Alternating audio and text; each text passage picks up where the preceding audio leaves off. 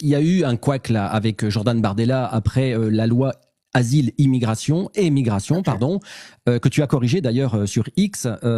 Jordan Bardella reprochait en fait aux députés européens Reconquête d'avoir voté des articles qui allaient promouvoir l'immigration, contrairement au discours officiel. Est-ce que tu peux très succinctement nous expliquer qu'en fait, il y a un malentendu?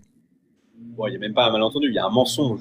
En fait, si vous voulez, le pacte des migrations, il y avait une dizaine de lois. Le Rassemblement national a voté contre 8 lois et Reconquête a voté contre 7 lois. Et la loi qui est différente, qu'on n'a pas que le RN a voté contre et que nous avons voté pour, c'est une loi qui explique que lorsque les réfugiés, alors c'était très technique, je vais essayer de l'expliquer. Lorsque les réfugiés arrivent à la frontière, on fait un premier tri avant qu'ils rentrent.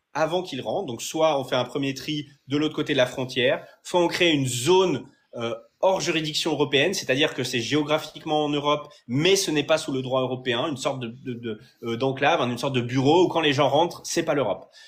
Et donc là, on fait un premier tri où tous les réfugiés qui n'ont aucune chance de devenir des réfugiés parce que ils ne viennent pas du bon pays, parce qu'ils n'ont pas les papiers, enfin pour des raisons très techniques, on sait à 100% que ceux-là, ils ne pourront jamais faire ne serait-ce que la demande pour peut-être devenir réfugiés. Et ben ces gens-là, on décide de les refouler directement, avant les autres. Voilà. Et ensuite, donc c'est un premier filtrage. Ça veut pas dire qu'après derrière, tous ceux qui ont passé ce premier filtrage vont devenir réfugiés. Non, ça veut dire qu'ils pourront poser un dossier et là, il y aura le second, le vrai filtrage. Voilà, c'est tout simplement ça. Et donc Reconquête pense que c'est une bonne mesure parce que tant qu'ils sont pas dans l'Union européenne, ça en fait toujours moins.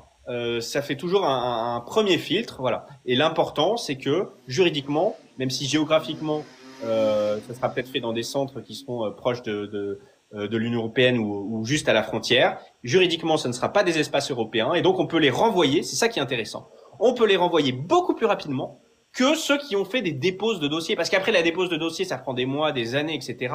Et pour les renvoyer, c'est beaucoup plus dur. Et donc en fait, ce système-là permet de les renvoyer, hop, directement. Donc nous, on estime que c'est une bonne mesure.